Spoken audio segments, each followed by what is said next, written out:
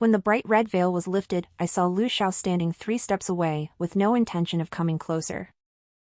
He was dressed in a dark blue robe, with a sword still sheathed at his waist. His eyes and brows bore the weariness of one who had long been on the battlefield.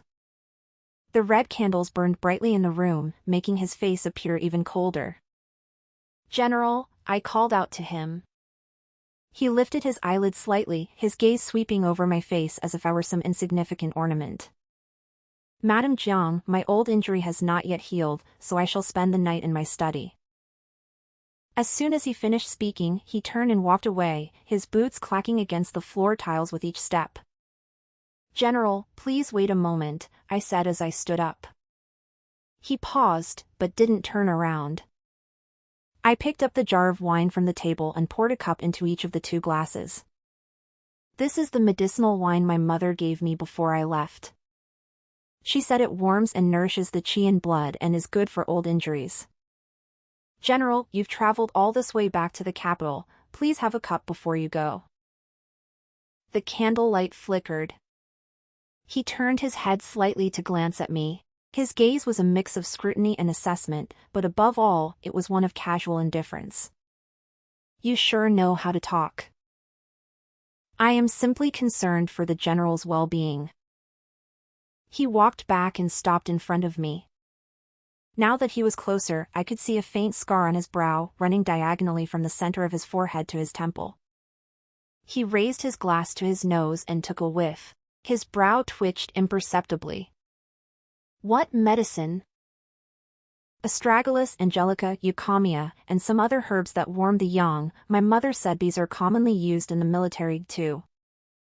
I lowered my eyes and spoke in a soft, gentle voice.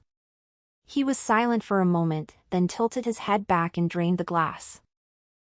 The bottom of the glass clinked against the tabletop, making a crisp sound. "Go to sleep." He left again. This time, he didn't stop.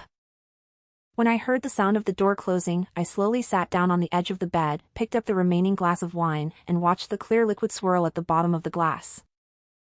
Auntie Wang emerged from behind the screen and said in a hushed voice, "Young lady, are you sure there's nothing wrong with what was added to this medicinal wine?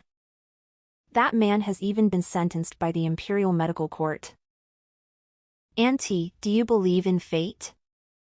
I set the cup back down and reached up to remove the beaded hairpin from my temple. A woman who believes in fate would never marry into this household. Early the next morning, I was awakened by the commotion outside the courtyard. Auntie Wang pushed the door open and walked in, looking rather grim. "Concubine Su has arrived. She says she's come to pay her respects to the lady of the house." I put down the comb I was holding and turned to look at her. "She sure is in a hurry." Concubine Su was taken as a concubine by Lu Xiao 3 years ago. It is said she was brought back from the borderlands. She was strikingly beautiful and had a fiery temper. Everyone in the mansion addressed her as Concubine Su, and no one dared to treat her as an ordinary concubine. Before I was married into the family, she was the one who managed the household affairs here. When I finished changing and walked out, Concubine Su was sitting in the main hall drinking tea, looking very relaxed, as if she were sitting on her own Kong. "Greetings, madam." When she saw me come out, she set down her teacup, stood up, and gave a slight curtsy, without even bending at the waist. "You're too kind, Concubine Su." I sat down in the seat of honor, accepted the tea that Matron Wang handed me, and slowly fiddled with the tea lid. She stood there looking at me for a moment, then suddenly laughed. "The lady of the house is truly young and beautiful. No wonder the general was willing to make an exception and bring the orphan daughter of a military family into his household." There was a sting in those words. He emphasized the phrase orphan of a military family with particular force. Everyone in the capital knows that our family fell on hard times after my father was killed in battle. This marriage only came about because the Empress Dowager took pity on us and personally issued an imperial decree granting the match. "Your Imperial Highness is too kind," I said, pretending not to catch the implication in her words, and took a sip of tea. Concubine Su took 2 steps forward, looked me up and down, then suddenly leaned in and whispered, "Does the lady of the house know why the general hasn't taken a legitimate wife in 3 years? I didn't respond. I just looked up at her. His old injury, he was struck by an arrow in the lower back, and it damaged the very root of his manhood. She smiled sweetly, as if recounting something amusing. Back then, Chief Physician Zhao himself made the diagnosis, saying the general had no hope of having any more children. It's such a pity that the lady, with her beauty as radiant as the moon and flowers, should have married into this household only to live a life of virtual widowhood. Auntie Wang had already clenched her fists behind her back, and I could hear her teeth chattering. I set down my teacup. My voice wasn't loud, but it drowned out all the noise in the room. Aunt Sue. I am here. Is that all you came here to tell me today? She was taken aback. She clearly hadn't expected me to be not the least bit upset. On the contrary, I was uncharacteristically calm. I stood up and walked over to her. I was half a head taller than her, and when I looked down at her, the hint of smugness in her eyes faded unconsciously. The court physician was referring to the Grand General's hope for an heir. I smiled. But I married the Grand General himself, not his offspring. Instead of worrying about that concubine, you'd be better off reviewing the accounts in your own quarters. Last month's purchases for the mansion showed an excess of 80 taels of silver, and the books haven't been balanced yet. Concubine Sue's face froze for a moment. She probably didn't expect that. No sooner had I walked through the door, before I'd even had a chance to get comfortable in bed, than I'd already gotten a handle on the household accounts. The mistress is joking. Those funds are for buying winter clothes for the servants. Is that so? I glanced back at Auntie Wang. Madame Wang immediately stepped forward, holding a ledger and opening it. Concubine Sue, last month we spent no more than 37 taels on winter clothing. The remaining 43 taels are listed under miscellaneous. Could you explain what miscellaneous refers to, concubine? Concubine Sue's expression darkened completely. She stared at me for quite a while, then suddenly burst out laughing. The mistress is quite the strategist. I underestimated her. She turned and walked toward the door, but stopped when she reached it and turned her head. The young mistress is still young and doesn't understand the ins and outs of this household. There are some things that can't be controlled just by looking at the ledgers. She's gone. Auntie Wang closed the door, turned to look at me, and her lips trembled slightly. Miss, she's here to intimidate you. And that Chief Physician Zhao. Everyone in the capital knows what he said with his own mouth. What if? What if what? What if the general really can't? I turned my head to look out the window. The old locust tree in the yard was sprouting new buds, and the spring sunlight made the leaves look lush and vibrant. Auntie, I said, go find out something for me. What's up? Back then, besides Zhao Boyong, were there any other doctors who treated the Grand General's injuries? Auntie Wang paused for a moment, then nodded and left. I sat alone in the main room and picked up the cup of tea I hadn't finished that morning. The tea had gone completely cold and tasted bitter and astringent. But what's there to fear about suffering? Back in the day, my father crawled his way out of a pile of dead bodies on the battlefield, and he did it because he was willing to endure hardship. I finished my herbal tea, set the cup down, and got up to walk to the backyard. As I walked past the study, I saw that the window was open. Lu Xiao was sitting at his desk, clutching a military report, his brow furrowed deeply. The sunlight outlined the contours of his profile, making that scar stand out all the more. As I walked past his window, I caught a glimpse of him looking up at me out of the corner of my eye. That glance was very brief. So brief that it wasn't until I'd taken 3 steps that it dawned on me, his gaze had just been fixed on my lower abdomen. Auntie Wang had gathered more information than I had expected. She said that back then, besides Zhao Boyong, there was another traveling physician who had returned from the western regions. His surname was Cheng, who treated Lu Zhao's injuries. He stayed at Lu Zhao's residence for a little less than half a month, after which his whereabouts became unknown. Did Dr. Cheng leave any message when he left? I asked. Auntie Wang shook her head. I asked several of the elderly residents and they all said that Dr. Ching left in such a hurry that he didn't even collect the full consultation fee. I thought about it for a moment and found it strange. A royal physician's diagnosis of infertility is such a serious matter that ordinary doctors would do anything to avoid it, so how could someone just walk away without accepting payment? What does Dr. Ching look like? According to old Lu, the doorman, he's in his 40s, has a goatee, and is missing 2 fingers on his right hand. I kept that in mind and didn't ask any further questions. 3 days later, I set out for the cosmetics shop. As the carriage approached the intersection of Suzaku Street, it was suddenly blocked by a commotion. I lifted the curtain to look outside and saw a crowd gathered along the street. In the middle of the crowd stood a disheveled, grimy old woman, gesticulating wildly as she shouted. 3 stars! 3 stars have fallen from the sky. They've landed in the general's mansion.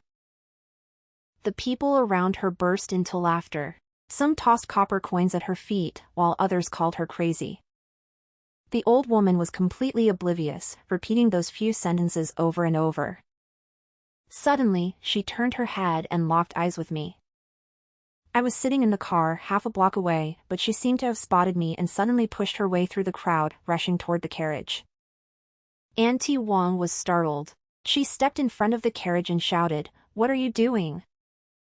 These are the general's family." The old woman was held by the arms by 2 servants. She thrashed about like a fish out of water, yet her voice boomed, "You have 3 stars in your belly. 3. And a purple aura above your head." I pulled down the curtain and told the coachman, "Take a different route." Back at the mansion, I kept the matter to myself and didn't mention it to anyone. But news of it reached concubine Su faster than the wind. No sooner had I stepped into the back courtyard than she followed right behind me, accompanied by 2 maidservants. "Did anything interesting happen to you today, madam?" She leaned against a column on the veranda, holding a round fan in her hand. The fan's surface was embroidered with a pair of mandarin ducks playing in the water. "I just bought a box of rouge," I replied casually. She giggled and covered her mouth with her fan. "I heard that the mistress was stopped on the street by some crazy old woman. She was babbling about stars and purple mists. Mistress, don't you think that's funny?" I stopped in my tracks and turned to look at her. She had a smile on her face, but it was a smile that cut like a knife. Her eyes darted back and forth, scanning me from head to toe, finally settling on my waist and abdomen. "The mistress has only been married into the family for a few days, surely she hasn't already." She deliberately drew out the last syllable. "Aunt Sue," I interrupted her, my voice as calm as a still pool of water, "didn't you balance the accounts again today?" The smile on her face froze for a moment, then returned to normal. "You are right, madam. I will settle the accounts as soon as I return." She turned and walked away, her round fan swaying behind her as she strolled along slowly, as if she were certain of victory. Auntie Wang leaned in, her palms sweating with anxiety. "Miss, what did she mean by that? Could she have found out something? What could she possibly know?" I said flatly. "She's just trying to make a big deal out of what happened on the street today." "Well, what that crazy woman said." "Auntie, why are you taking the words of a madman to heart?" Auntie Wang didn't dare say another word. But I didn't expect concubine Su to act so quickly. The following afternoon, as I was leafing through an old medical text in my room, I suddenly heard a commotion of footsteps outside. Auntie Wang pushed open the door and came in, her face deathly pale. "Miss, Chief Physician Zhao is here." I closed the book.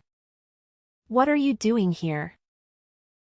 He said he was acting on the Empress Dowager's orders to re-examine the general's old injury. But as soon as he walked in, he said he wanted to take the lady of the house's pulse first to ensure she was well. I let out a scoff.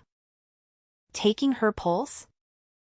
For the head of the Imperial Medical Academy to personally come to the general's mansion to take the pulse of his newly wedded primary wife, that's a bit too much of a show. Let him in. When Zhao Boyong walked in, I was sitting by the window drinking tea. He was in his 60s, with a graying beard, fair skin, and eyes as sharp as an eagle's. 2 young apothecary's assistants followed behind him, one carrying a medicine chest, the other a pulse cushion.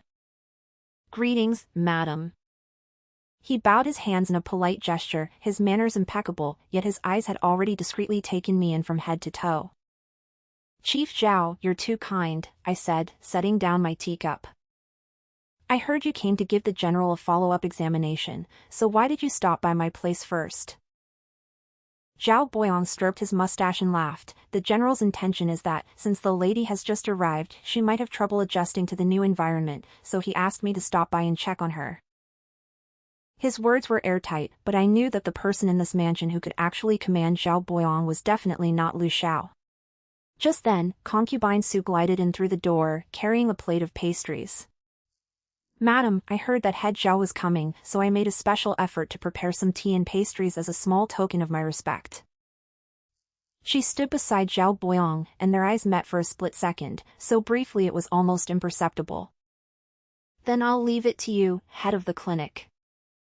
I extended my right hand and placed it on the pulse cushion. Zhao Boyong sat down and placed 3 fingers on my wrist. With his eyes closed, he twirled his mustache. At first, his expression was nonchalant, but after a few breaths, his fingers paused ever so slightly. After a few more breaths, he opened his eyes, and his gaze suddenly grew sharp. He switched hands to take her pulse again. The room was so quiet you could hear a pin drop, and concubine Su unconsciously clenched her hand around the folding fan. Zhao Boyong withdrew his hand, stood up, and took a step back. There was a hint of scrutiny in the way he looked at me, but he quickly resumed his gentle and refined demeanor. The lady is in good health and has no serious ailments, he said, lowering his head to put away the pulse pillow. I'll just add one more thing, since the lady is still young and has abundant vital energy and blood, she should still exercise moderation in her diet and avoid spicy and warming tonic foods. I don't quite understand what Chief Physician Zhao is saying, I smiled. Aren't warming tonics supposed to nourish the body? Why should we eat them sparingly? Zhao Boyong paused in what he was doing, then looked up at me. The laugh lines were etched at the corners of his eyes, but not a single one reached the depths of his gaze. There's a time and place for health practices. As for you, madam, now that you're... He paused. You're newlyweds. It's not advisable to overdo it with tonics, lest it harm your vitality. As for having children in the future, we should take it slowly. He enunciated the 2 characters offspring with particular clarity. Concubine Su suddenly interjected from the side, is Chief Physician Zhao saying that the lady of the house will face some difficulties in having children in the future? Zhao Boyong did not answer directly. He merely sighed.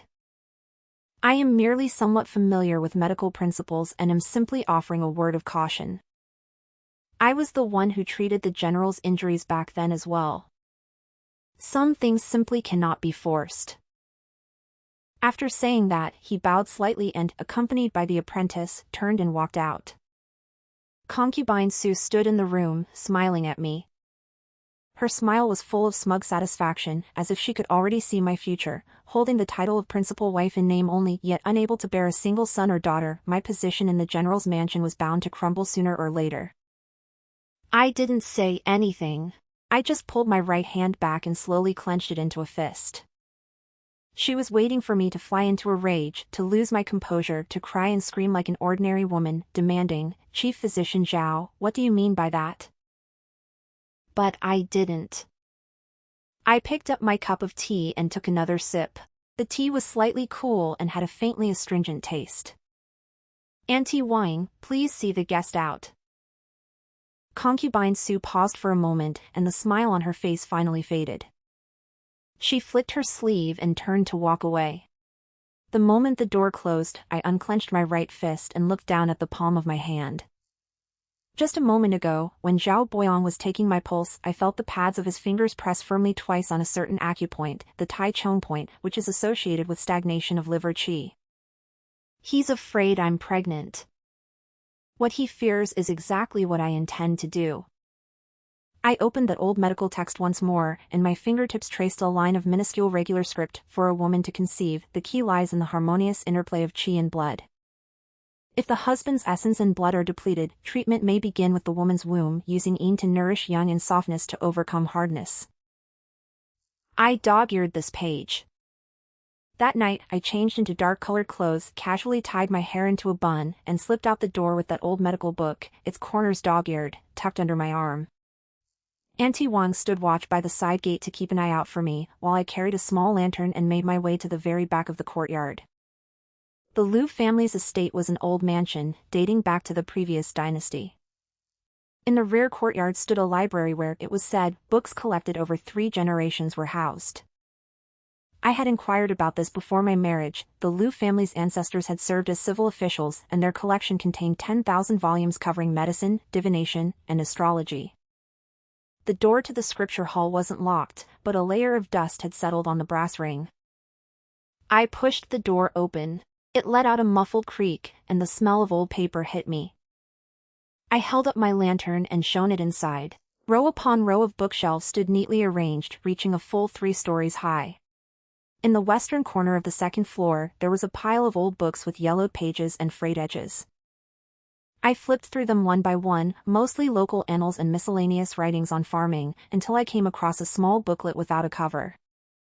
A few characters were scrawled crookedly on the spine, as if handwritten. I held the lantern closer to get a better look. The handwriting was sloppy, but I could barely make out 2 characters, Western regions. I flipped to the first page, which was densely packed with tiny, fly-head-sized regular script, listing the names of medicinal herbs I didn't quite understand, things like dragon's blood, dragon bone, and cinnabar. As I flipped to the middle of the book, I saw a line of text circled in vermilion ink. The bright red mark stood out strikingly. An arrow wound to the lower back damages the governor vessel, depleting vital essence and blood, and leaving no hope for offspring. Yet, if a woman's womb is robust and nourished by yin fire, this seemingly hopeless situation may be reversed over time. I stared at the line of characters. The candle flame in the lantern flickered, casting its light onto the yellowed page and making the vermilion characters look like a smear of fresh blood. Footsteps sounded from outside the door. I quickly blew out the lantern, shoved the booklet into my bosom, and darted behind the bookshelf. The door swung open, and another beam of light shone in. The person entering was also carrying a lantern and was walking very quietly. I held my breath and peered out through a gap in the bookshelf. The figure looked very familiar. It was Xiao Chui, the maid who served concubine Su. She stood at the doorway for a moment, seemingly rummaging for something. But she didn't go any further in. She just rummaged through the row of bookshelves by the door a few times, then turned and walked out, carrying the lamp. The door closed again, and I waited until her footsteps had faded before slowly emerging from behind the bookshelves. The booklet pressed stiffly against my chest, like a red-hot piece of charcoal. I didn't linger any longer and made my way out of the sutra hall in the dark. Back in the courtyard, Auntie Wang was pacing back and forth anxiously. As soon as she saw me return, she grabbed my arm. "Miss, you're finally back." A little while ago, Xiao Chui from concubine Su's quarters was wandering around here for quite a while and almost ran into me. I know, I ran into her in the scripture hall. I pulled the volume from my arms and handed it to Auntie Wang to look at. She flipped through it for a while at the entrance, then left. Auntie Wang leaned in to take a look and whispered, "What is this?" A handwritten copy of a medical text from the Western regions. It details the full story of how Zhao Boyong diagnosed the general back then. I turned the booklet to the page circled in red ink and pointed it out to her. "Look at this line. It says that as long as a woman's uterus is strong enough, she can replenish her husband's depleted vital essence and blood, and over time, she may conceive." Auntie Wang's eyes widened. Her lips trembled so much she couldn't speak. After a long moment, she finally managed to say, Doesn't that mean Chief Physician Zhao knew full well there was still a chance to save him, yet he insisted that the general had no heir? I closed the book and gazed out the window at the deep darkness of the night. He wanted to ensure that the Grand General would have no heir. Or rather, he needed a Grand General who had no heir. Why? Asked Auntie Wang, puzzled. Just think about it, what does it mean for the Grand General to have no heir? I turned to look at her. It means that after he passes away, this mansion, his military achievements, and the troops under his command will have no blood relative to inherit them. So who will end up with all of this? Auntie Wang gasped. The imperial family has taken it back. Whose people does the imperial line rely on? Zhao Boyong is the head of the Imperial Medical Academy. We both know full well who his superior is. I didn't sleep much that night. I read the formula for nourishing with yin fire in the booklet over and over again. Most of the herbs in the formula were common ones, but one, the red arrow root, was rare. It had to be harvested in a place of extreme yin to be effective. Early the next morning, I went to bring Lu Xiao his breakfast. He was in his study reading the military reports, with a bowl of porridge untouched in front of him. When I walked in carrying the lunchbox, he looked up at me. You're just in time, he said in a matter-of-fact tone, as if speaking to a subordinate. There's a banquet at the palace tonight. You'll be coming with me. Yes. I set down the lunchbox, picked up the bowl of porridge, which had gone completely cold, and replaced it with a bowl of hot porridge. General, please have some porridge. Reading official documents on an empty stomach is hard on the stomach. He glanced at the bowl of porridge, then looked at me. You've been sneaking into the backyard a lot these past couple of days. What are you looking for? My heart skipped a beat, but my expression remained completely unruffled. I was just wandering around to get my bearings in the mansion. If the general does not approve, I will not go. He was silent for a moment, picked up the bowl of porridge, took a sip, and didn't say whether he'd allow it or not. Just as I turned to leave, he suddenly spoke up from behind me. That wound on my waist, it's because your father risked his life to block a sword strike for me back then, so I only ended up getting hit by an arrow. I stopped in my tracks. Without looking up, he gently stirred the porridge in his bowl with the spoon in his hand. I was right by your father's side the day he died in battle, he said in a deep voice, as if he were bearing a heavy burden. I owe him that. That's why I'm marrying you. After he said that, he fell silent. I stood at the doorway, unable to move for a long time. Sunlight streamed in through the window, falling on his lowered brow, where the scar glowed with a faint white sheen. General, I said, it was my father's duty as a soldier to shield you from that blade. My decision to marry you was my own.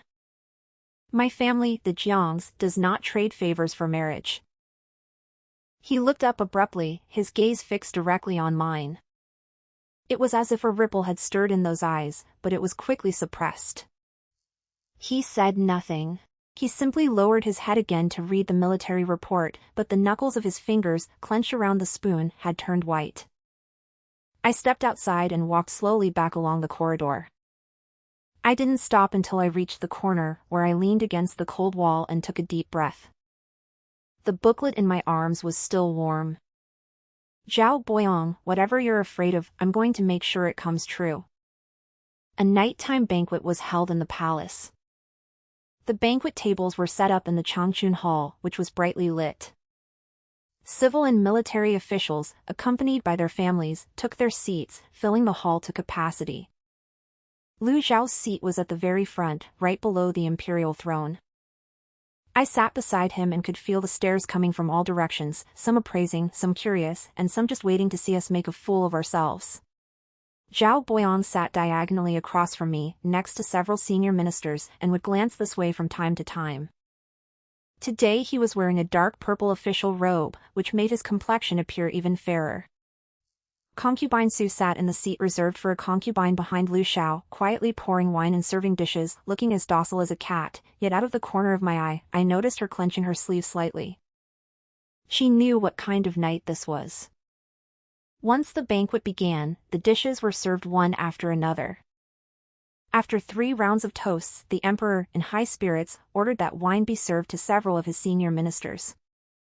Lu Xiao rose to express his gratitude, tilted his head back to drink it all in one gulp, and sat back down with an unruffled expression. I picked up a piece of grilled lamb with my chopsticks and placed it on his plate. He glanced at it but said neither that he would eat it nor that he would not. Just as the singing and dancing in the hall were in full swing, a palace maid brought in a pot of stewed pigeon soup. As soon as the lid of the clay pot was lifted, steam carrying a rich aroma wafted out. The scent hit my nostrils directly, accompanied by a greasy, fishy odor. A wave of acid suddenly welled up in my stomach, I couldn't suppress it, and my throat tightened sharply, so I quickly pulled out a handkerchief to cover my mouth and nose. Lu Xiao turned his head and glanced at me. I forced myself to sit up straight and fought down the wave of nausea, but the aroma hit me again with the second bite, even more intensely than before. My stomach churned, and the color drained from my face. Lu Xiao set down his chopsticks. Feeling unwell? I'm fine, I said, my voice a little tight. Maybe this soup is a little too greasy. Before I could finish speaking, another wave of nausea washed over me. This time I couldn't hold it in. I turned my head and gagged. The sound wasn't loud, but it rang out particularly clearly amid the lulls in the string and wind music. People at the nearby tables all turned to look. Concubine Su was the quickest to react. She set down her wine jug and said with a smile, "Madam, have you had one too many? You've only had a few cups, how can you already be so unable to hold your liquor?" Although her words seemed thoughtful, they actually drew everyone's attention to me. At the table across from us, Zhao Boyang suddenly stood up, held his wine cup, and took a few steps toward us. "General, is your wife feeling unwell? I have some knowledge of medicine. Perhaps I could take her pulse to put your mind at ease." His words sounded so noble and dignified that all eyes in the hall turned to him. The emperor, seated at the head of the hall, also spoke up, "Chief Physician Zhao is right. Since Lady Jiang is feeling unwell, let's examine her."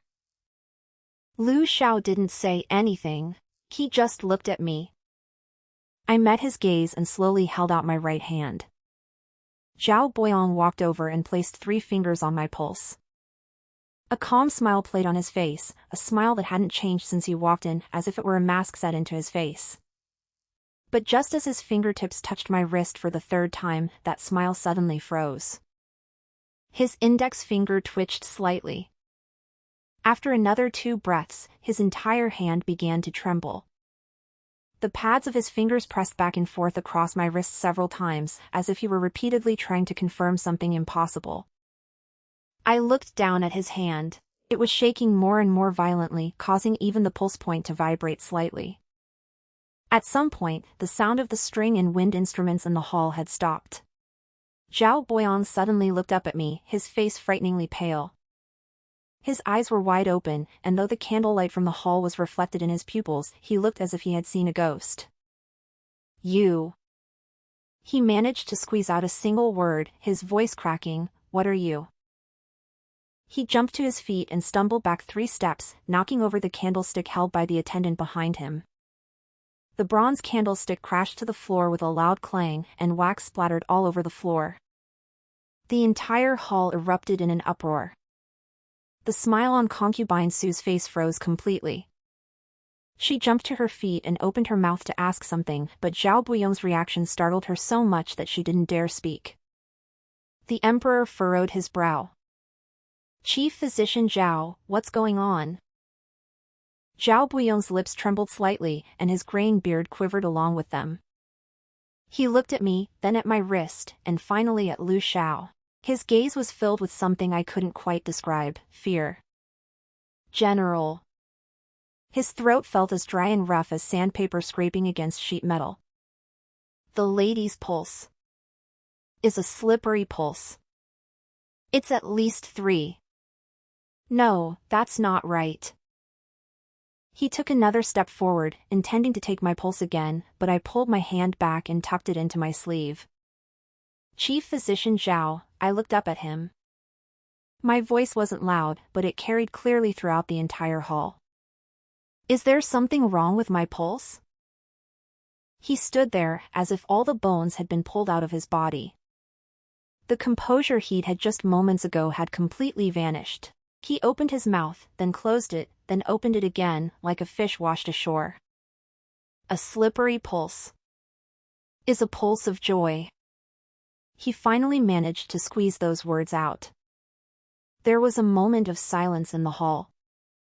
All hell broke loose. A pregnancy? How long has Ms. Jiang been married into the family? Didn't Chief Zhao say back then that the Grand General had no heirs?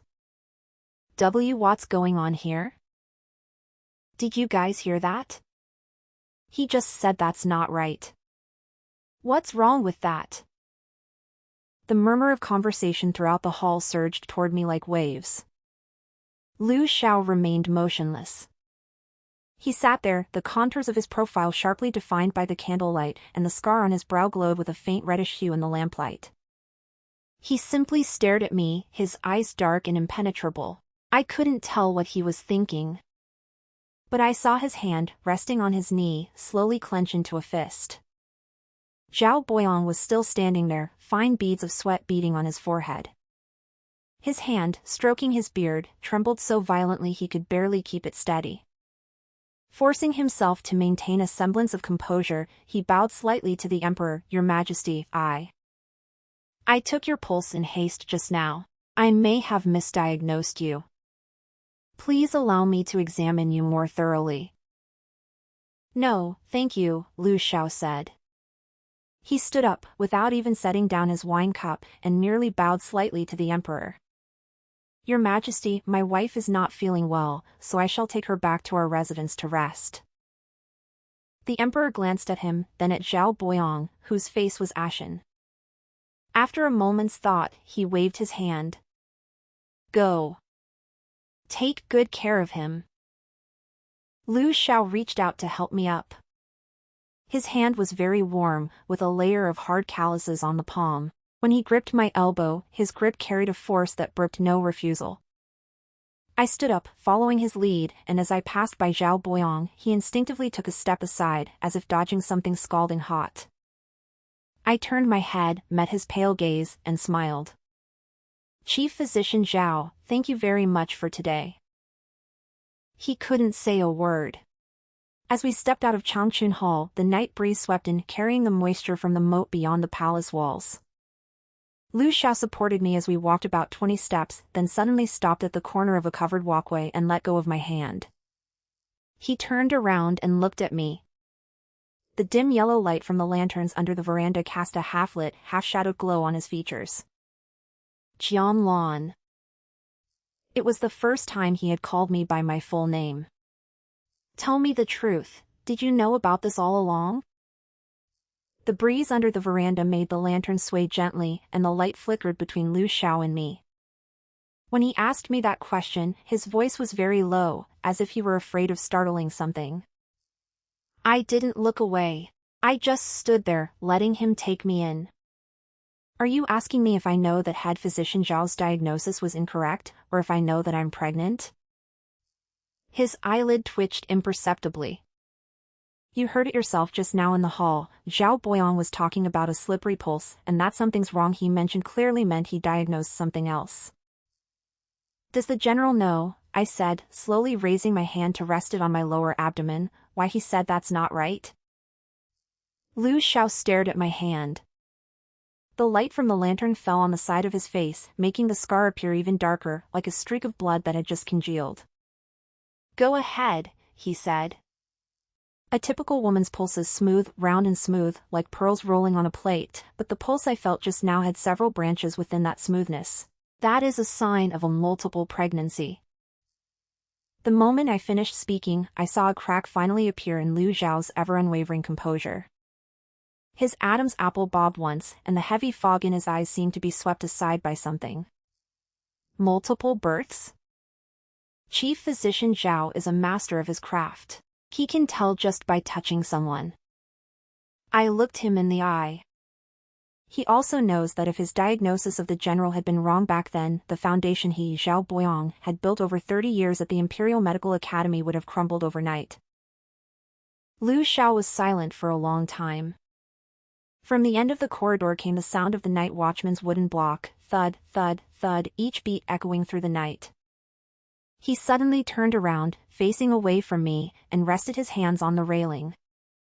The muscles in his shoulders and back were taut, and the thin layer of fabric beneath his python-patterned robe was stretched into sharp contours. "Then how did you find out?" he asked without turning around. I entered the sutra library one night and came across a handwritten copy of a medical text from the western regions. I said this openly and honestly, without the slightest concealment. It recorded Zhao Boyong's diagnosis of you back then, an arrow wound to the lower back that damaged the governor vessel, leading to the depletion of vital essence and blood, and making it impossible to have children. But at the end of that volume, there was a note stating that if a woman's womb is robust and nourished by yin fire, this hopeless situation may be overcome over time. Lu Xiao spun around abruptly, his eyes glowing eerily in the dim light.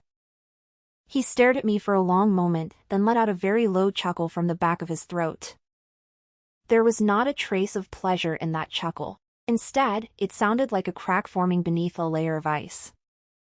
"So, that cup of medicinal wine that night, did you tamper with it?" "That's a formula for nourishing the womb. I copied it from a booklet." I met his gaze without flinching. "If the general wishes to hold me accountable, Jianglan will accept the consequences."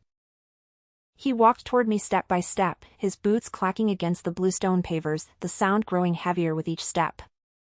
He came to a stop in front of me, lowered his head to look at me, his nose almost touching my forehead. He carried a faint scent of pine, mingled with the aroma of wine he picked up at the palace banquet.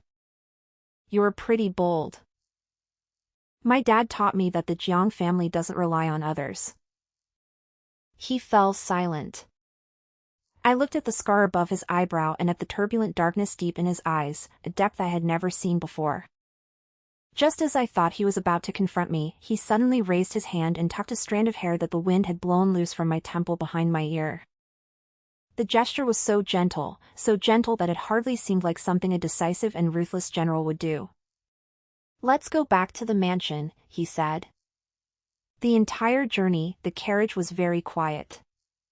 He sat across from me, his eyes closed, lost in thought. I leaned against the side of the carriage, my hand resting on my lower abdomen the whole time. As the carriage rolled over the bluestone cobblestones, it made a rumbling sound, a sound like a cradle lulling me to sleep, making my eyelids grow heavy.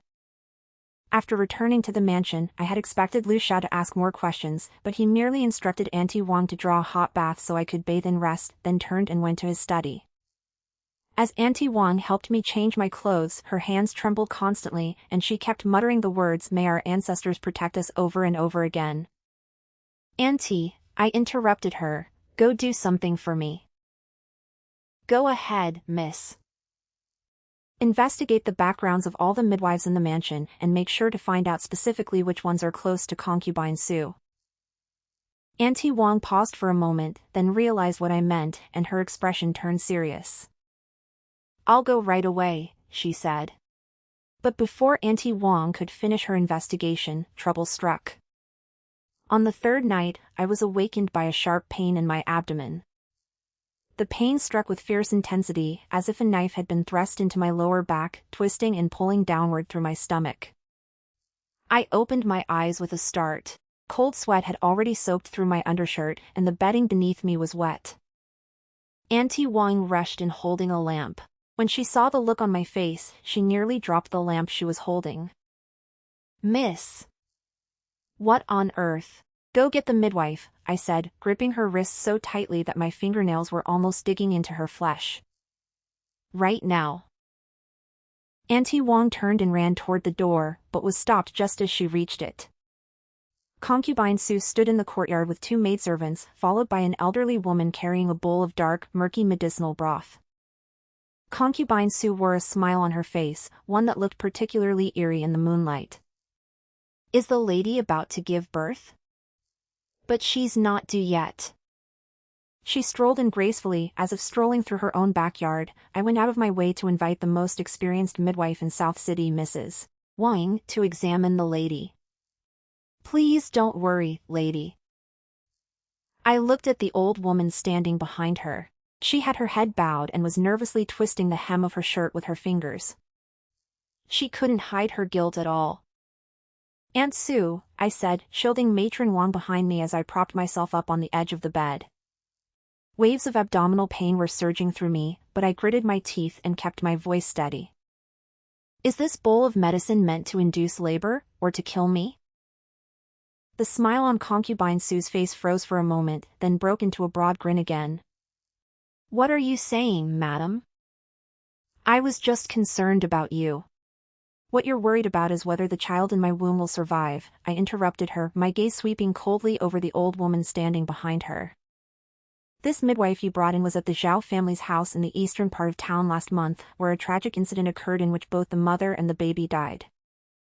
Do you think I wouldn't find out? This time, Concubine Sue's expression truly changed. She took half a step back, and the folding fan in her hand clattered to the ground. Another wave of excruciating pain struck my abdomen. I let out a muffled groan, bent over, and rested my forehead against the edge of the bed. Auntie Wang rushed over to support me, crying out, "Young lady." But just then, the sound of rapid horse hooves came from outside the courtyard gate. The sound grew louder as it drew nearer until it came to an abrupt halt at the gate, as if several fine horses had been reined in at once. Immediately afterward, a series of heavy footsteps echoed inside. The sound of boots striking the blue stone slabs was steady and swift, drawing closer to the door with each step. Someone kicked the door open from the outside. Lu Xiao stood in the doorway, still wearing the dark-colored everyday clothes he hadn't had time to change out of. His sword remained sheathed at his waist, and the moisture from the night dew clung to his shoulders, as if he just galloped back from somewhere.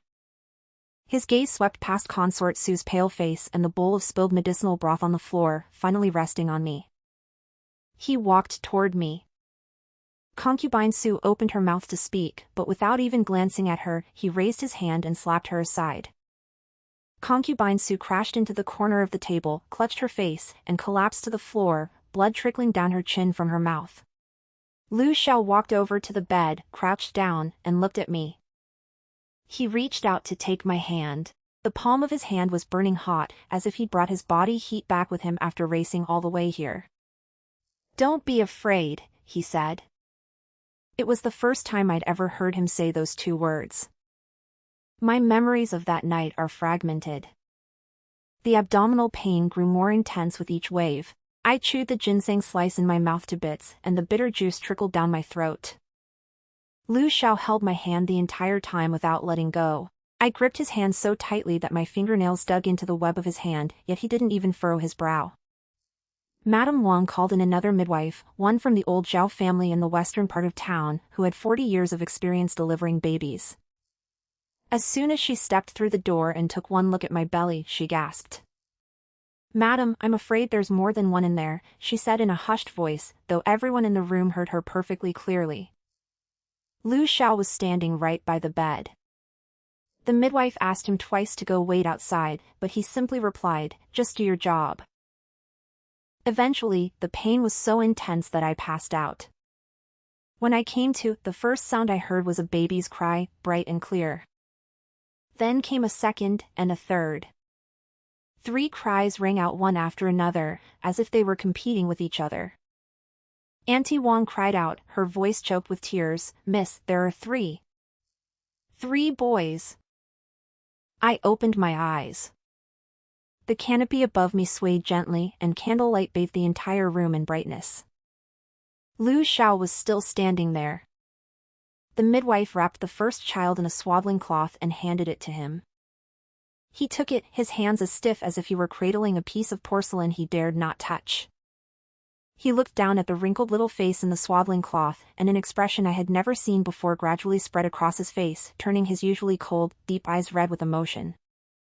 He turned his head to look at me. Through the din of voices filling the room, his lips moved, and I heard him say 2 words. Jianlan.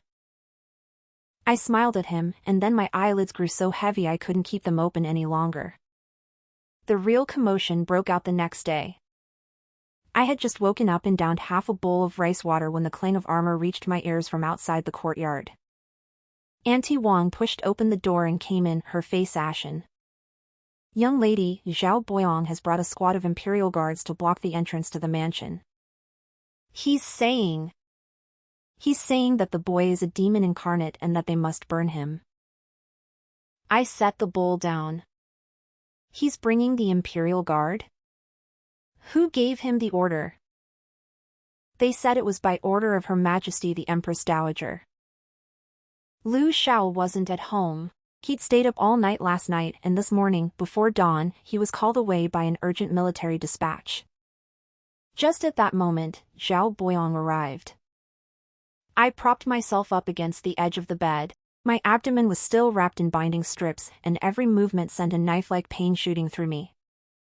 Auntie Wang tried to stop me, but I shook my head and asked her to help me put on my outer robe. Help me out. A large crowd had gathered in a tight circle at the gate of the governor's residence. Zhao Boyong stood at the very front, flanked by more than a dozen imperial guards in full armor. He had changed into his court robes. His graying hair was combed with meticulous care, and the look of panic that had once been on his face had vanished, replaced by a fierce determination born of a do-or-die resolve. When he saw me walk out, he took a step back, then immediately straightened his back. Ms. Jiang, you have committed adultery with a demonic being of a foreign race, and the 3 sons you bore are all illegitimate. Acting on a secret decree from the Empress Dowager, and to ensure the stability of the realm, I must have them burned immediately. He pulled a scroll of bright yellow silk from his sleeve and held it up for those on either side to see. It was indeed stamped with the Phoenix seal. I stood on the steps in front of the mansion gate. The wind swept into my wide outer robe, making the hem flutter and rustle. From behind me came the cries of 3 children, loud and childlike, one after another, as if they were trying to defend themselves. Head Zhao, I said. My voice wasn't loud, but it was clear enough for everyone present to hear. On what grounds do you call my son a demon? Zhao Boyong pointed in my direction and raised his voice slightly. Your pulse is strange, a multiple pregnancy is far from the norm. You gave birth to 3 sons in a single night. Under the heavens, how many respectable women could give birth to triplets in a single delivery? Ms. Jiang, do you dare claim that what's in your womb is of legitimate origin? Whispers rose from the crowd. The pointing, judgmental stares fell upon me, piercing me like needles. Chief Physician Zhao, I smiled as I slowly pulled a booklet from my sleeve. Its edges were already frayed from my constant handling. Do you dare, in front of all these people on the street, tell us exactly what was written in that Western region's medical text when you treated the Grand General's injuries all those years ago? Zhao Boyong's expression changed. He stared at the booklet in my hand, his pupils suddenly contracting, and he took 2 steps back. That's a demonic object. Where did you get it? You left it behind, I said, enunciating each word carefully. Back then, when Dr. Qing left, you borrowed his hand-copied medical text. You turned to the page describing arrow wounds and saw it said, essence and blood are depleted, but this can be remedied by nourishing within fire. You were afraid. You were afraid that your claim of having absolutely no offspring would be disproved, so you burned that page, not realizing there was a transcribed copy at the back of the volume, which you had casually stuffed into the scripture hall. Zhao Boyong's face went completely pale. His mouth opened and closed, and his voice trembled. You're talking nonsense. That's a demonic book. It's full of black magic. Black magic? I opened the booklet and held it up for everyone on the street to see. The herbs listed here, astragalus angelica, and red arrow root, which one of these are you not allowed to prescribe at the Imperial Medical Academy? Tell me, which one is black magic? Zhao Boyong fell silent. The Imperial guards behind him exchanged glances, and their grip on their weapons loosened slightly. Just then, the sound of rapid horse hooves echoed from behind the crowd. The hooves pounded the cobblestone road like thunder, growing louder as they drew nearer. The crowd automatically parted to the sides, and a tall, black stallion burst through the human wall and galloped to the front of the mansion's gate. A man clad in black armor pulled on the reins and leaped down from the horse's back, his boots kicking up a cloud of dust as they hit the ground. Lu Xiao is back. He was still wearing his dust-stained armor, with a half-rolled military report draped over his shoulder. He must have just returned from the main camp outside the city. He walked past Zhao Buyong's ashen face and the Imperial guards, who stood as still as mice, climbing the steps one at a time until he reached me. He looked at me. I was holding my eldest son in my arms, while Auntie Wang held the other two. The three children had stopped crying at some point, and three pairs of dark, bright eyes peered out from the edges of their swaddling clothes at this chaotic world. Lu Xiao suddenly dropped to his knees. The black armor clanged with a dull thud as the plates struck the stone steps. As he knelt, everyone on the street froze. The Imperial guards, the onlookers, and Matron Wang standing nearby, all of them were stunned. Even the child in my arms blinked, as if seeing someone bow their head for the very first time in the history of the world. Lu Xiao looked up at me, his eyes glistening with a moisture I had never seen before. His voice was hoarse, as if a knife had scraped across gravel, yet every word rang clearly in my ears. Jian Lan. From now on, you are the matriarch of the Lu family. He raised his hand and tore the military report, which he hadn't had time to hand over, in half. The fragments were swept up by the wind and drifted all over the courtyard. Zhao Boyong slumped to the ground, his face ashen, watching helplessly as the scraps of paper bearing the words "Great Victory" fluttered past his head. I looked down at Lu Zhao's back as he knelt on the stone steps, a back that had once held up armies of thousands on the battlefield, but now was bent before me. Head Physician Zhao, I said, looking past his shoulder at the gray-haired figure curled up on the ground, who did you just say you were going to burn to death? Zhao Boyong suddenly buried his head, banging his forehead against the stone slab 3 times with a thud, thud, thud, and cried out repeatedly, I am blind. I deserve to die. Lady, spare my life. The wind swept down the long street in front of the mansion, whirling up fragments of bright yellow silk scattered across the ground. The 3 children behind me began to cry again. Their voices were clear and loud, as if announcing their origins to the city. I held up the lightest of the babies in its swaddling clothes, and Lu Xiao reached out to take it. As his palm cradled the tiny bundle, his hand trembled. He lowered his head and gently pressed his forehead against the baby's swaddling clothes. The crowds lining the streets watched a general kneeling on the stone steps and 3 infants weeping in the spring breeze. No one mentioned the words demon or monster anymore.